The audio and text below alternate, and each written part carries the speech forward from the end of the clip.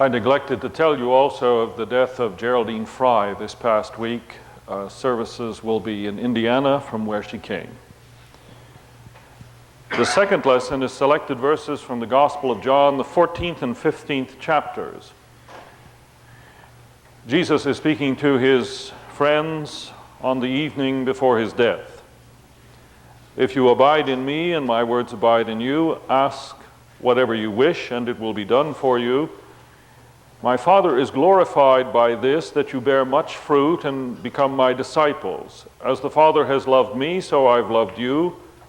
Abide in my love. If you keep my commandments, you will abide in my love, just as I've kept my Father's commandments. I've said these things to you so that my joy may be in you, and that your joy may be complete. The hour is coming, indeed it has come, when you will be scattered, each one to his own home, and then you will leave me alone. Yet I am not alone, because the Father is with me. I've said this to you so that in me you may have peace. In the world you will have trouble, but be of good cheer. I have overcome the world. Let us bow in prayer.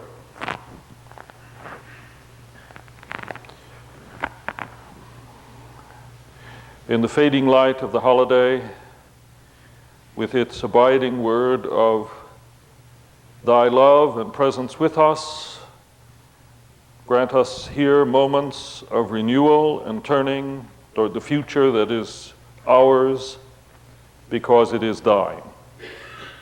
In the Spirit of Jesus, amen. Joy to the world. We did want it to be a happy one, didn't we? How did it go? We always want everything to look right and taste right. Imagine the horror of one church secretary who got the bulletin back from the printer short hours before the Christmas Eve services and read that the choir would sing, "I heard the bills on Christmas Day." Rather appropriate, I think, for some of us. We wanted everyone around us to smile and laugh and feel good. One man had a great idea for his children. This was going to be super special. They would love it. He ordered a treehouse from a mail order catalog, which of course came unassembled, and as he put it together, he realized that he had a sailboat on his hands instead of a treehouse. Fired off a complaint to the company, got back this reply: "While we regret the terrible inconvenience this mistake must have caused you, it may be some consolation to know that a man by a lake somewhere is getting ready to sail your treehouse." We want everybody to be blissfully happy, unqualifiedly joyful, don't we? So it doesn't take much to sour it all. I still remember vividly my first bright idea in my parish in southern Minnesota. Let's go out in the country to a member's barn and film a live creche to show on Christmas Eve in the services. Live Joseph, live Mary, live shepherds and wise men, live goat, live donkey.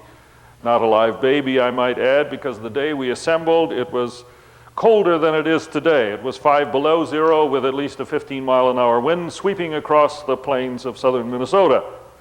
Not very happy. As I remember it, the goat and donkey got into it with one another, and we couldn't get them in the picture, and we went home thoroughly depressed.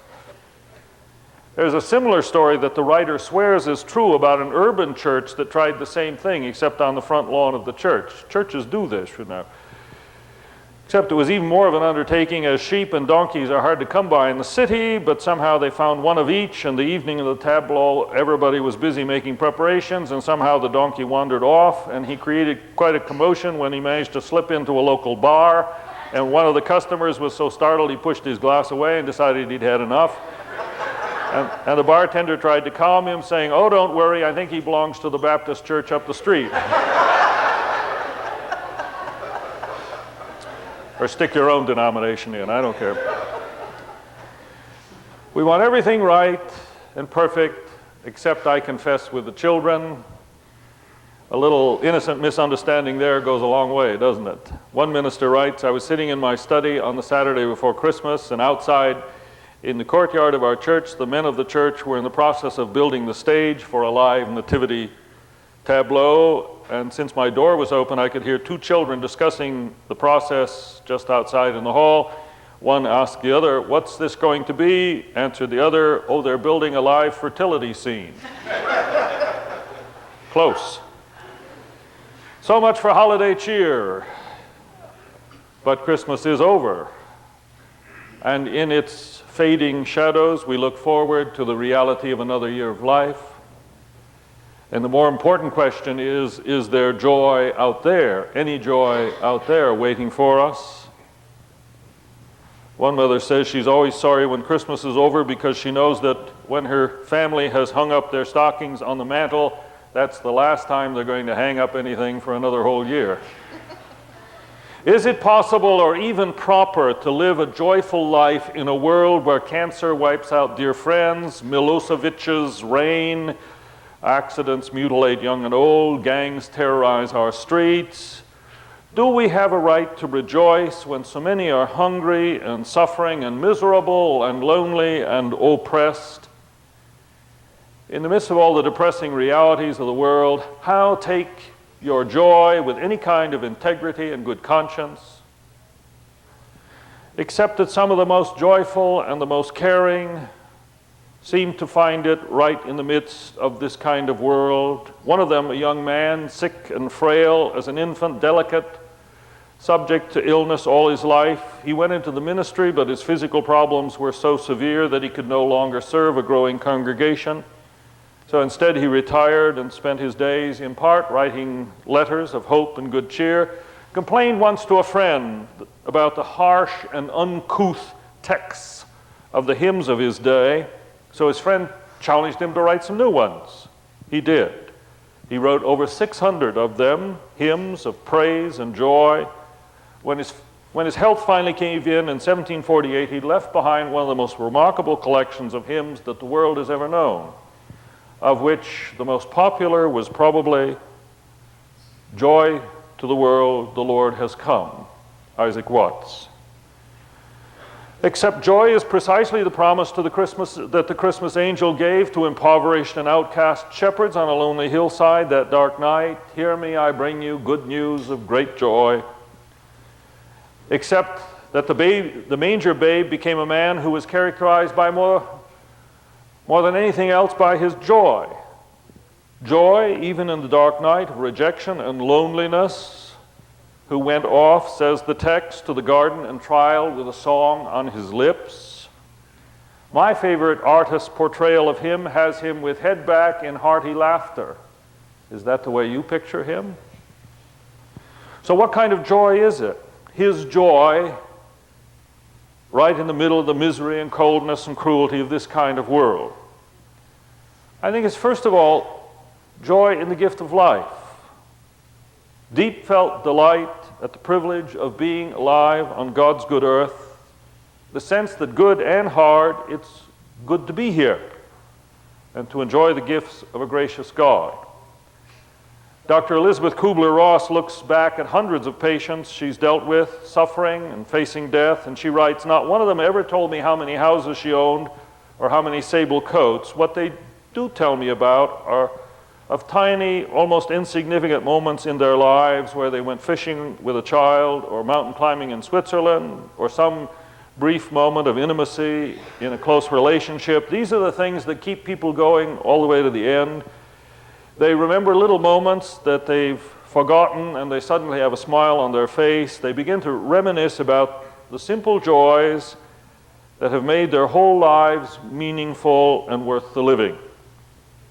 The willingness to embrace our own particular fate and lot, all of it as it comes to us, as special and worth it all, I think therein lies the beginnings, at least, of deep and real joy." Henry Nouwen, who has been a spiritual guide for many of us, reflects on his birthday last year. He says, "Within a few years, 15, 20, 30, who knows, I will no longer be on this earth. But the thought of this no longer frightens me, but fills me with a quiet joy. I'm a small part of life, a human being in the midst of thousands of other human beings, and it is good to be young and to grow old and to die. It is good to live with others and to die with others.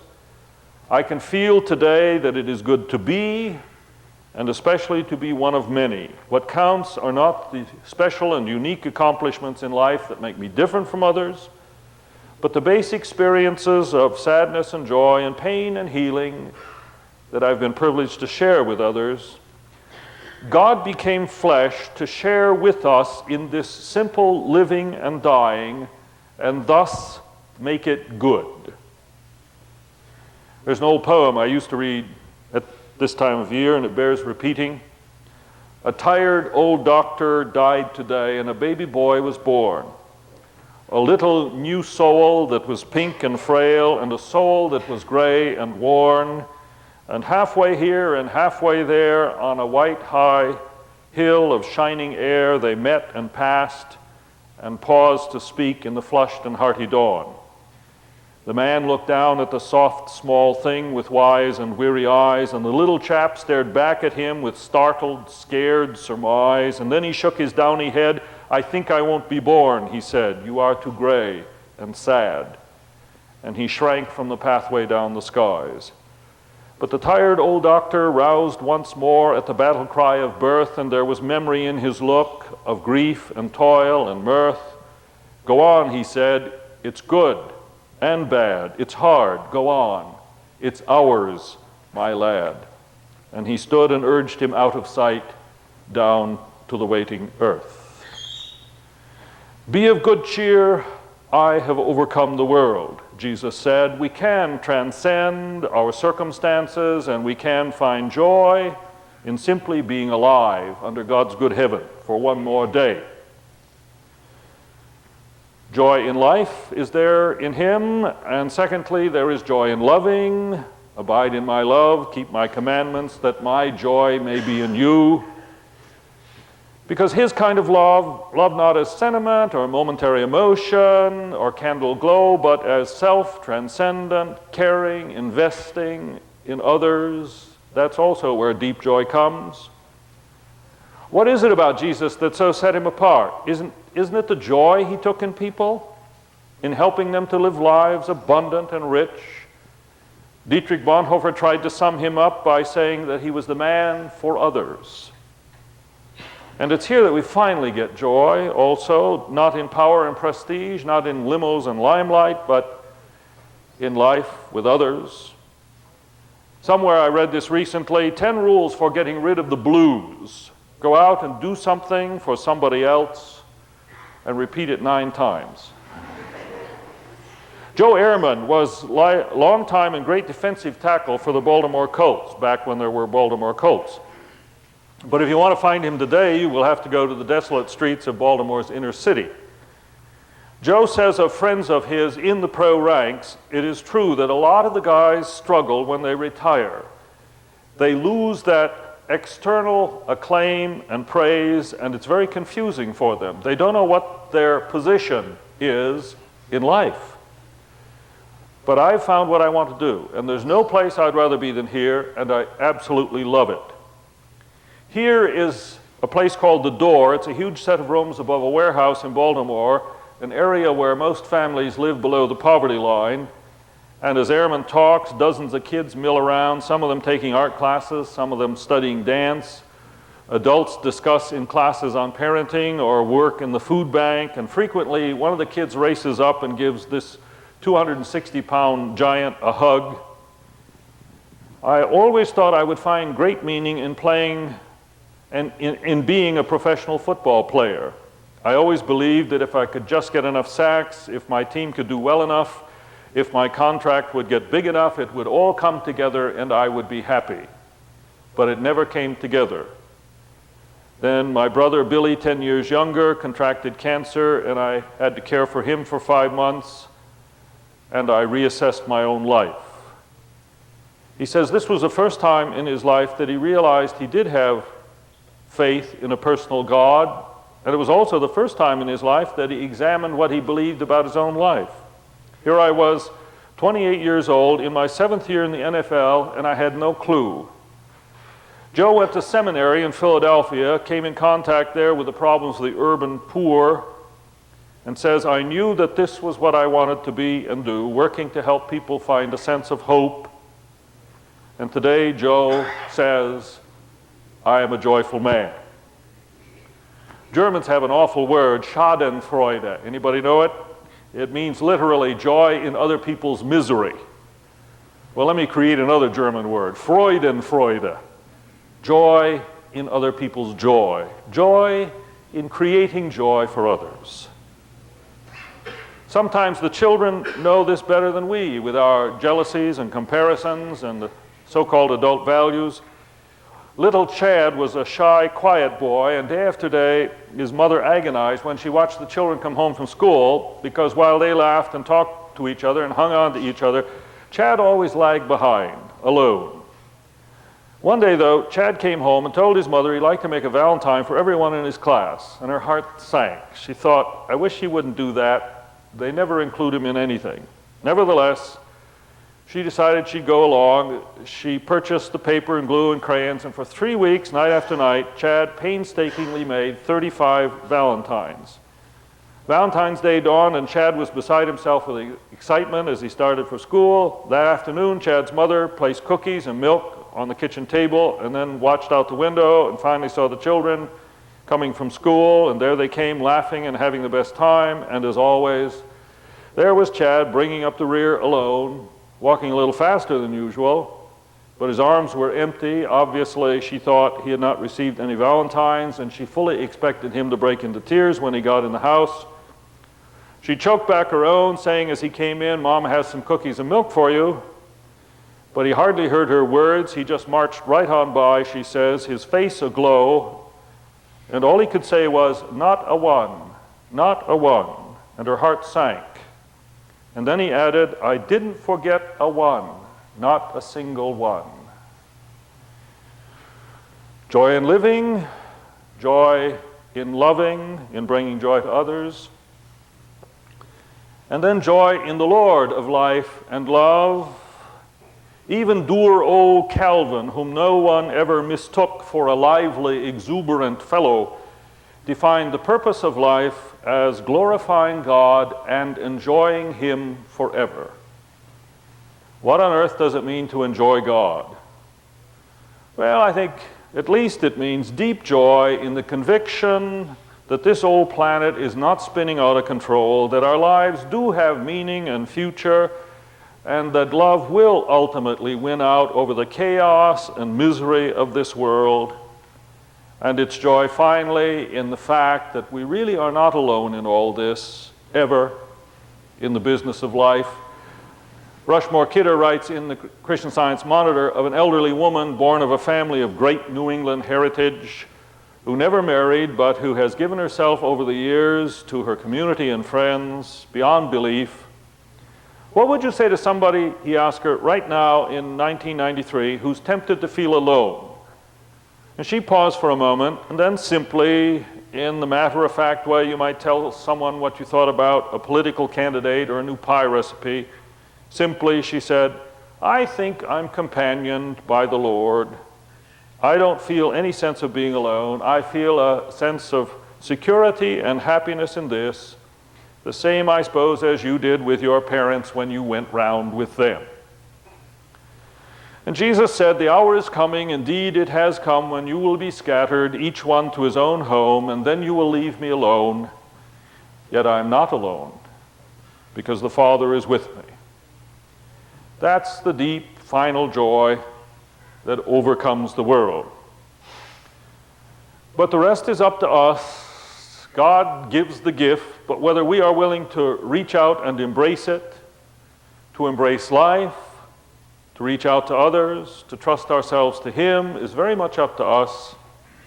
To be joyful is finally our decision. That's why I think we're commanded again and again, rejoice. Again, I will say, rejoice. And what better decision, what better resolve for the new year? To be people of joy. Some of you may remember Jan Struther, the British novelist, or at least her beautiful story, which she wrote during World War II, Mrs. Miniver, or maybe the film at least, that was made of it. She died a few years ago. At her funeral, they read a little poem she had written. And I think it reveals a rare spirit, but also it has a bright light to throw on our lives. One day my life will end, and lest some whim should prompt you to review it, let her who knew the subject best tell you the shortest way to do it. Then say, here lies one doubly blessed. Say, she was happy. Say, she knew it. I have said these things so that your joy may be complete.